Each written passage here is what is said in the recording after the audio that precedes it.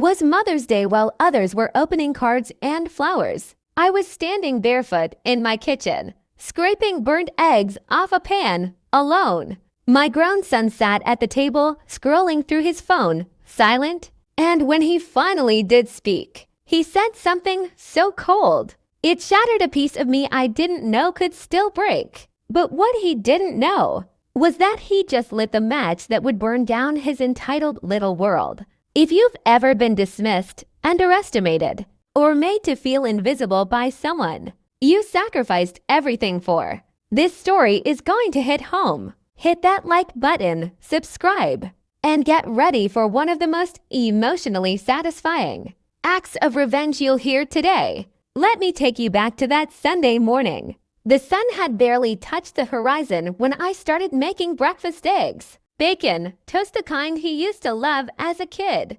I had hoped, prayed even, that he'd remember, that he'd look up from his phone and say, "Happy Mother's Day, Mom."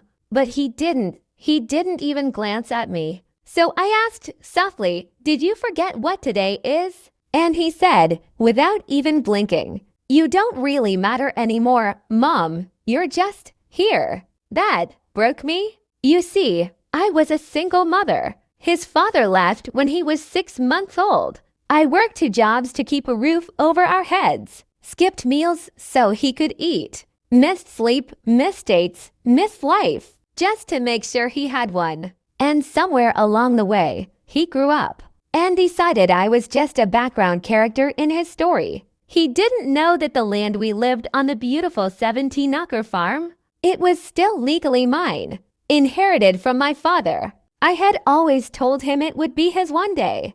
I just never told him when. Over the years, he began treating it like his, inviting friends over, making future plans, even told his girlfriend that one day he'd build their dream home on it. Never asked, just assumed. Well, assumptions can be expensive. That night, after the coldest Mother's Day of my life, I poured a glass of wine, sat down at my desk, and emailed a realtor. The market was booming. Rural land was being snapped up for development. 3 weeks later, I signed the papers, sold it all for $212,000. I didn't tell him.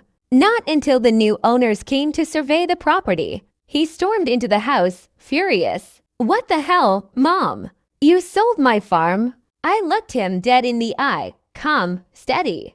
"No, sweetheart. I sold my farm. The one I bought with decades of sweat, sacrifice, and silence. The one you said I didn't matter enough to be part of." He went pale. His girlfriend left him 2 months later.